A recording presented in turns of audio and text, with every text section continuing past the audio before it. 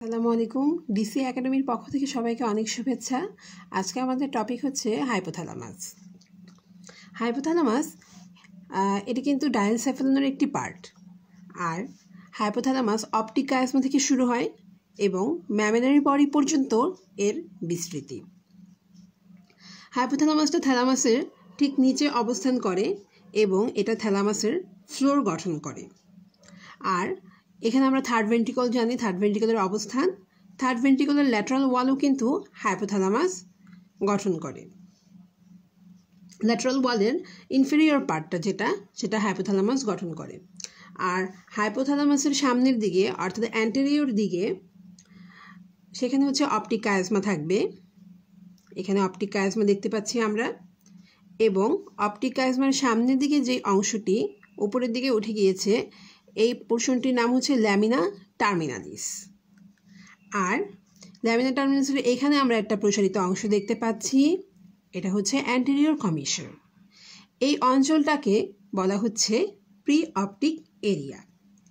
এটা তো আমরা অ্যান্টেরিয়র পজিশনে জানলাম। এবার হচ্ছে হাইপোথ্যালামাসের কর্ডালি কি থাকে। কর্ডালি হাইপোথ্যালামাসটা এখানে মিড ব্রেইনের টেগমেন্টাম অবস্থান করে। টেগমেন্টামের সাথে কিন্তু মার্জ হয়ে গিয়েছে। আর হাইপোথ্যালামাসের ল্যাটারাল বাউন্ডারিটা সেক্ষেত্রে ইন্টারনাল ক্যাপসুল দ্বারা গঠিত। এর পরবর্তীতে আমরা আসি তাহলে হাইপোথ্যালামাসের ফ্লোর হাইপোথ্যালামাসের কি দ্বারা গঠিত। অ্যান্টেরিয়র থেকে পোস্টেরিয়র। অ্যান্টেরিয়রের প্রথমে থাকবে অপটিক কায়াজমা, তারপরে এখানে রয়েছে টিউবার সিনেরাম এবং এরপরে রয়েছে হচ্ছে ইনফান্ডিবুলাম। এই জায়গাটা হচ্ছে ইনফান্ডিবুলামের অবস্থান। এখানে টিউবার সিনেরামও রয়েছে। আমরা যদি নিচের এই ছবিটা দেখতে পারি তাহলে আরও একটু ক্লিয়ার হব। এটা হচ্ছে ইনফান্ডিবুলাম, এটা হচ্ছে টিউবার সিনেরাম। টিউবার সিনেরামের সাথে ইনফান্ডিবুলাম অ্যাটাচড এবং দুই সাইডে দুইটা ম্যামেলারি বডি। এখন আমরা অপটিক কায়াজমা সম্পর্কে যদি একটু জানি, অপটিক কায়াজমা এটা হচ্ছে একটা হচ্ছে নার্ভ ফাইবারের ফ্ল্যাটেন্ড বান্ডল এবং এটা থার্ড ভেন্ট্রিকলের রুফ ফর্মেশনে অবদান রাখে। এটার সুপিরিয়র সারফেসটা ল্যামিনা টার্মিনাসের সাথে সংযুক্ত এবং ইনফেরিয়রলি অপটিক কায়াজমাটা হাইপোফাইসিস সেরিব্রির সাথে সংযুক্ত এবং এটা হাইপোফাইসিস সেরিব্রির সাথে ডায়াফ্রামেটিক সিলার মাধ্যমে সেপারেটেড থাকে। আর এই ছবিটার মাধ্যমে যদি আমরা দেখি, এটা হচ্ছে অপটিক কায়াজমা। অপটিক কায়াজমার অ্যান্টেরোল্যাটারাল সাইডে সাধারণত হচ্ছে অপটিক নার্ভ থাকবে এবং অপটিক কায়াজমার পোস্টেরোল্যাটারাল সাইডে মানে পিছনের দিকে অপটিক ট্র্যাক্ট থাকবে। তাহলে অপটিক কায়াজমার সামনের দিকে অপটিক নার্ভ এবং পোস্টেরিয়র দিকে হচ্ছে অপটিক ট্র্যাক্ট পেলাম। আর এখানে একটা হচ্ছে রিসেস থাকে, সেটা অপটিক রিসেস। এবার আসি আমরা টিউবার সিনেরাম সম্পর্কে একটু জানব। টিউবার সিনেরাম এটার সাথে হচ্ছে এটার ইনফেরিয়র দিকে ইনফান্ডিবুলাম সংযুক্ত রয়েছে। আর ইনফান্ডিবুলামটা সেটা হচ্ছে কন্টিনিউয়াস করে posterior lobe of the hypophysis cerebri. Hypophysis সেরিব্রির পোস্টেরিয়র লোবের সাথে ইনফান্ডিবুলামটা কন্টিনিউয়াস থাকে। আর মিডিয়ান এমিনেন্স কোনটা? মিডিয়ান এমিনেন্স হচ্ছে টিউবার সিনেরামের একটা রেইজড পোর্শন যার সাথে ইনফান্ডিবুলামটা সংযুক্ত রয়েছে। আর মিডিয়ান এমিনেন্স, ইনফান্ডিবুলাম এবং হচ্ছে posterior lobe of the hypophysis, এই সবগুলাকে একসাথে নিউরো হাইপোফাইসিসও বলে। সেটা নিয়ে আমরা পরবর্তীতে জানব।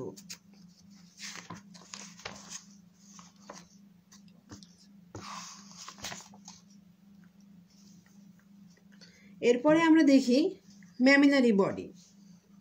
ম্যামিলারি বডি হচ্ছে আমরা এখানে দেখতে পাচ্ছি দুইটা mammillary body, two small হেমিস্ফেরিক্যাল bodies এবং এটা হচ্ছে টিউবার সিনেরামের ঠিক হচ্ছে মানে সাইডে অবস্থান করে।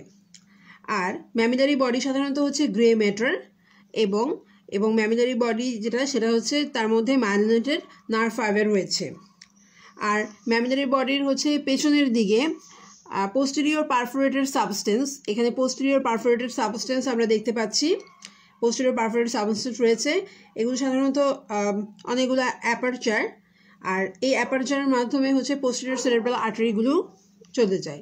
এখন এখান থেকে যে কোয়েশ্চেনটা আসে ইন্টারপেডাঙ্কুলার ফোসা, এটার কন্টেন্টস কি আমরা আইটেমের মাধ্যমে মনে রাখতে পারবো।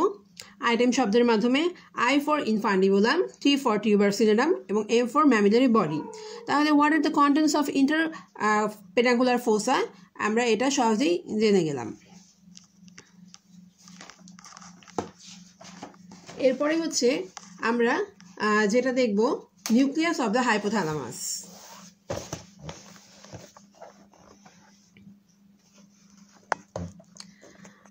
হাইপোথ্যালামাসের নিউক্লিয়াসগুলোকে সাধারণত দুইটা জোনে ভাগ করা হয়েছে, একটা হচ্ছে মিডিয়াল জোন এবং আরেকটা হচ্ছে ল্যাটারাল জোন। তো মিডিয়াল জোনে যে নিউক্লিয়াসগুলো রয়েছে যেগুলো হচ্ছে একটু মিডিয়াল সাইডে, সেই নিউক্লিয়াসগুলোই হচ্ছে মিডিয়াল জোন। এখানে মেইনলি 8টা নিউক্লিয়াস রয়েছে।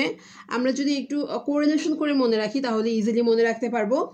প্রি অপটিক নিউক্লিয়াস, তারপরে আরেকটা নিউক্লিয়াস রয়েছে অ্যান্টেরিয়র নিউক্লিয়াস, এই দুটাকে একসাথে মনে রাখবো, এবং সুপ্রা কায়াসমেটিক নিউক্লিয়াস, প্যারা ভেন্ট্রিকুলার নিউক্লিয়াস, এই দুটাকে আমরা পাশাপাশি মনে রাখবো।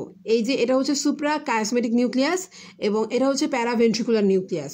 প্রি অপটিক, অপটিক কায়াসমেট ঠিক আগের যে নিউক্লিয়াসটা, এটার সাথে মিলিয়ে আমরা পড়বো অ্যান্টেরিয়র। আর নিউক্লিয়াস রয়েছে মিডিয়ালে, দুইটা মনে রাখবো, ভেন্ট্রোমিডিয়াল অ্যান্ড ডর্সোমিডিয়াল নিউক্লিয়াস। এটা হচ্ছে ডর্সোমিডিয়াল নিউক্লিয়াস, ভেন্ট্রোমিডিয়াল নিউক্লিয়াস, এবং আরেকটা হচ্ছে ইনফান্ডিবুলার নিউক্লিয়াস এবং পোস্টেরিয়র নিউক্লিয়াস। আরেকটা নিউক্লিয়াস রয়েছে এখানে দেখতে পাচ্ছি আমরা, পোস্টেরিয়র নিউক্লিয়াস। তো এগুলো হচ্ছে মিডিয়াল সাইডে যে নিউক্লিয়াস রয়েছে, এবং ল্যাটারাল জোনে আমরা যে নিউক্লিয়াসগুলো পাচ্ছি, ল্যাটারাল জোনের নিউক্লিয়াসগুলোর মধ্যে রয়েছে mainly preoptic nucleus, suprachiasmatic nucleus, supraoptic nucleus, lateral nucleus, lateral tubal nucleus এবং টিউবারো ম্যামিলারি নিউক্লিয়াস। এই দুইটা নিউক্লিয়াস কিন্তু আমরা এভাবে মনে রাখতে পারি এবং এই নিউক্লিয়াস থেকেও পরীক্ষায় কোশ্চেন আসে। এখন আমরা যেটা মনে রাখবো,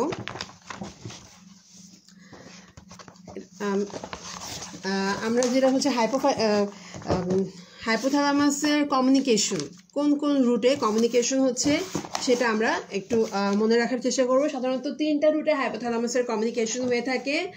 একটা হচ্ছে নার্ভাস কানেকশনের মাধ্যমে, ব্লাড স্ট্রিমের মাধ্যমে এবং সেরিব্রোস্পাইনাল ফ্লুইডের মাধ্যমে। হাইপোথ্যালামাসটা সাধারণত হচ্ছে হাইপোফাইসিস সেরিব্রির মাধ্যমে, পিটুইটারি গ্ল্যান্ডের মাধ্যমে সাধারণত যুক্ত থাকে এবং সেক্ষেত্রে নার্ভ ফাইবারও থাকে।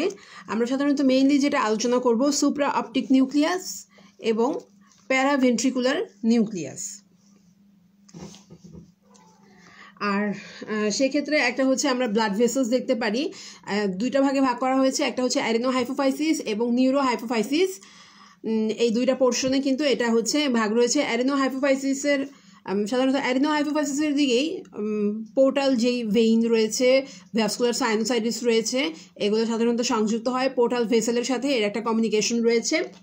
আর আরেকটা যেটা হাইপোথ্যালামো হাইপোফাইশিয়াল ট্র্যাক্ট, যেটা সেটা সাধারণত হচ্ছে নিউরো হাইপোফাইসিসের মাধ্যমেই সেটা আমরা বুঝতে পারি।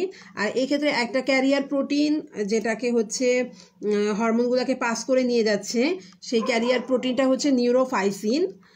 আর এরপরে আমরা হচ্ছে হাইপোফাইসিয়াল পোর্টাল সিস্টেম সম্পর্কে আমরা জানলাম। আর এক্ষেত্রে যেটা সুপিরিয়র হাইপোফাইশিয়াল আর্টারি রয়েছে দুই হাইপোফাইশিয়াল পোর্টাল সিস্টেমের কাছে, আর সুপিরিয়র হাইপোফাইশিয়াল আর্টারিটা সেটা ইন্টারনাল ক্যারোটিড আর্টারির একটি ব্রাঞ্চ। এখন আমরা জানবো হচ্ছে হাইপোথ্যালামাসের কি কি ফাংশন রয়েছে।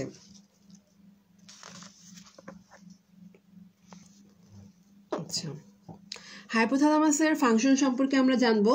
হাইপোথ্যালামাসের অনেকগুলো ফাংশন রয়েছে, যেমন autonomic nervous system, endocrine system, temperature regulation, তারপরে ওয়াটার ইনটেক, ইমোশন, বিহেভিয়ার, বিভিন্ন কাজে হাইপোথ্যালামাসটা হেল্প করে। আর হাইপোথ্যালামাসের এক্ষেত্রে যেই বইয়ের যেই চারটা ইম্পর্টেন্ট, সেটা হচ্ছে টেবিল 13.3 এবং টেবিল 13.4। ফাংশনের একটা সুন্দর চার্ট রয়েছে, আমরা সেটা পড়ার চেষ্টা করব। হাইপোথ্যালামাসের যেটা সুপ্রা অপটিক নিউক্লিয়াস, সাধারণত সেটা ভেসোপ্রেসিন, আমরা যেটা জানি ভেসোপ্রেসিন অ্যান্টিডায়োটিক হরমোন রিলিজ করে। প্যারাভেন্ট্রিকুলার, এটা সাধারণত অক্সিটোসিন। আমরা সাধারণত ও আর পি মিলিয়ে যদি আমরা পড়ি, অক্সিটোসিন যেটা সেটা হচ্ছে প্যারাভেন্ট্রিকুলার। আর এই প্যারাভেন্ট্রিকুলার থেকেও কিন্তু আরও 2টা হরমোন রিলিজ হয়, সেটা হচ্ছে কর্টিকোট্রপিন রিলিজিং হরমোন, এটাও কিন্তু প্যারাভেন্ট্রিকুলার নিউক্লিয়াস থেকে হচ্ছে রিলিজ হয়, এবং থাইরোট্রপিন রিলিজিং হরমোন, এটাও কিন্তু প্যারাভেন্ট্রিকুলার নিউক্লিয়াস থেকে রিলিজ হয়। তো থাইরোট্রপিন, তাহলে আমরা প্যারাভেন্ট্রিকুলার নিউক্লিয়াস থেকে কি রিলিজ হয় আমরা জানতে পারলাম, অক্সিটোসিন, CRH এবং TRH। এরপর আর সুপ্রা অপটিক থেকে ভেসোপ্রেসিন। এরপরে আমরা যেটা করব, প্রি অপটিক এবং অ্যান্টেরিয়র নিউক্লিয়াস, আমরা এই 2টা মিলিয়ে পড়ার চেষ্টা করব। প্রি অপটিক এবং অ্যান্টেরিয়র নিউক্লিয়াস, এখান থেকে বের হয় হচ্ছে প্যারাসিম্প্যাথেটিক এবং হচ্ছে পোস্টেরিয়র এবং ল্যাটারাল। যেটা ল্যাটারাল শব্দটার কথা মনে পড়লে আমাদের সিম্প্যাথেটিক নার্ভাস সিস্টেমের কথা মনে পড়ে, তাহলে পোস্টেরিয়র এবং ল্যাটারাল হচ্ছে সিম্প্যাথেটিক, প্রি অপটিক এবং হচ্ছে অ্যান্টেরিয়র নিউক্লিয়াস সেটা হচ্ছে প্যারাসিম্প্যাথেটিক। এরপরে আমরা হচ্ছে প্রি অপটিক এবং অ্যান্টেরিয়র কিন্তু আরেকটা হরমোনও রিলিজ হয়, প্রি অপটিক এবং অ্যান্টেরিয়র, সেটা হচ্ছে luteinising hormone releasing hormone. Luteinising hormone releasing hormone, এটাও কিন্তু প্রি অপটিক এবং অ্যান্টেরিয়র নিউক্লিয়াস থেকে রিলিজ হয়। এরপরে গেল হচ্ছে অ্যান্টেরিয়র ঠান্ডা, মানে অ্যান্টেরিয়র হচ্ছে হিট, অ্যান্টেরিয়র হাইপোথ্যালামিক নিউক্লি, মানে সামনে গরম ভিতরে হচ্ছে নরম, তাহলে অ্যান্টেরিয়র হাইপোথ্যালামিক নিউক্লি হিট এবং পোস্টেরিয়র হাইপোথ্যালামিক নিউক্লি সাধারণত কোল্ড। আর এরপরে আমরা যেটা দেখব, ল্যাটারাল হাইপোথ্যালামিক নিউক্লি। বাইরে আমাদের যখন হচ্ছে ক্ষুধা পায় তখন আমরা সাধারণত হচ্ছে বাইরে হ্যাং আউটে যাই, তখন আমাদের যখন ক্ষুধা লাগে তখন আমরা হচ্ছে বাইরে যাই কোনো কিছু খাওয়ার জন্য, তাহলে এটা হচ্ছে হাঙ্গার সেন্টার। তাহলে ল্যাটারাল হাইপোথ্যালামিক নিউক্লি এটা হাঙ্গার সেন্টার হিসেবে কাজ করে, হাঙ্গার এবং থ্রাস্ট সেন্টার। এবং মিডিয়াল হাইপোথ্যালামিক নিউক্লি, আমরা যখন হচ্ছে ক্ষুধার্ত থাকি না বা আমরা যখন হচ্ছে স্যাটাইটি হয় আমাদের, পরিতৃপ্ত হই, তখন আমরা সাধারণত ঘরে বসে থাকি চুপচাপ, বাইরে খেতে যাই না, তাহলে হচ্ছে মিডিয়াল হাইপোথ্যালামিক নিউক্লি, এটা সাধারণত স্যাটাইটি সেন্টার। আমরা এই 2টা কিন্তু এভাবে মনে রাখতে পারি এবং এই 2টা কিন্তু খুবই ইম্পর্ট্যান্ট। এরপরে আমরা আরেকটা জিনিস দেখতে পারি, supra কায়াসমেটিক nucleus. Suprachiasmatic nucleus এটা সার্কাডিয়ান রিদম কন্ট্রোল করে, সিসি মিলিয়ে আমরা পড়তে পারি সুপ্রা কায়াসমেটিক নিউক্লিয়াস। এরপরে আমরা যেটা দেখব সেটা হচ্ছে গ্রোথ হরমোন রিলিজিং হরমোন এবং growth hormone inhibiting hormone. Growth hormone releasing hormone সেটা হচ্ছে বের হয় হচ্ছে ইনফ্যান্টিবুলার আর আর্কুয়েট নিউক্লিয়াস থেকে, এবং গ্রোথ হরমোন ইনহিবিটিং হরমোন সেটা সাধারণত হচ্ছে সুপ্রাকায়াসমেটিক নিউক্লিয়াস থেকে বের হয়, তাহলে সুপ্রাকায়াসমেটিক নিউক্লিয়াস থেকে। আর এটা আমরা কীভাবে মনে রাখবো, আমরা যখন ঘুমাই তখন হচ্ছে আমাদের গ্রোথের সাথে একটা রিলেশন আছে, তো সুপ্রাকায়াসমেটিক নিউক্লিয়াসে যদি গন্ডগোল হয় তাহলে ঘুমের ডিস্টার্ব হয়, গ্রোথ হরমোন ইনহিবিটিং হরমোন আর সুপ্রাকায়াসমেটিক হরমোন সেই ঘুমের সাথে রিলেশন করে আমরা সার্কাডিয়ান এই শব্দগুলো আমরা মনে রাখার চেষ্টা করব। তো হচ্ছে আর আরেকটা হরমোন যে এখানে হচ্ছে প্রোল্যাকটিন রিলিজিং হরমোন। এটা স্টিমুলেট করে হচ্ছে ল্যাক্টোজেনেসিস, এবং প্রোল্যাকটিন ইনহিবিটিং হরমোন, এটার অপর নাম আমরা বলতে পারি যে এটা ডোপামিন হিসেবে পরিচিত, তো সেটা হচ্ছে রিডিউস ল্যাক্টোজেনেসিস। হাইপোথ্যালামাস থেকে সাধারণত কোন হরমোনগুলো বের হচ্ছে আমরা সেগুলোর নাম জেনে নিব। বেশিরভাগ ক্ষেত্রে হচ্ছে রিলিজিং হরমোনগুলো সাধারণত হাইপোথ্যালামাস থেকে বের হয়, যেমন growth hormone releasing hormone GHRH, DHIH, PRH, এসব হচ্ছে রিলিজিং হরমোন, সাধারণত হচ্ছে হাইপোথ্যালামাসগুলো থেকে বের হয়। এবং হাইপোথ্যালামাসের বিভিন্ন হচ্ছে ফাংশনগুলো রয়েছে। আরেকটা ইনফরমেশন হচ্ছে ডরসাল এবং পোস্টেরিয়র হাইপোথ্যালামাস থেকে ক্যাটেকোলামাইন রিলিজ হয়, আর ল্যাটারাল হাইপোথ্যালামাস সেটা কিন্তু আমাদের হচ্ছে রেজ, মানে আমাদের রাগ, সেটা ল্যাটারাল হাইপোথ্যালামাসের কাজ, এবং ভেন্ট্রোমেডিয়াল নিউক্লিয়াস শোস প্যাসিভিটি। আমরা একটু আগে দেখেছি যে আমাদের ল্যাটারাল সেটা হচ্ছে হাঙ্গার সেন্টার হিসেবে কাজ করে, এটা কিন্তু রেজও অনেক গুরুত্বপূর্ণ ভূমিকা পালন করে, এবং ভেন্ট্রোমেডিয়াল নিউক্লিয়াস সেটা হচ্ছে শোস প্যাসিভিটি।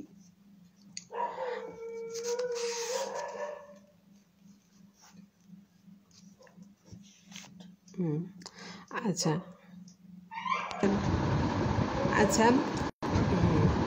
ভিডিওটি দেখার জন্য সবাইকে অনেক শুভেচ্ছা।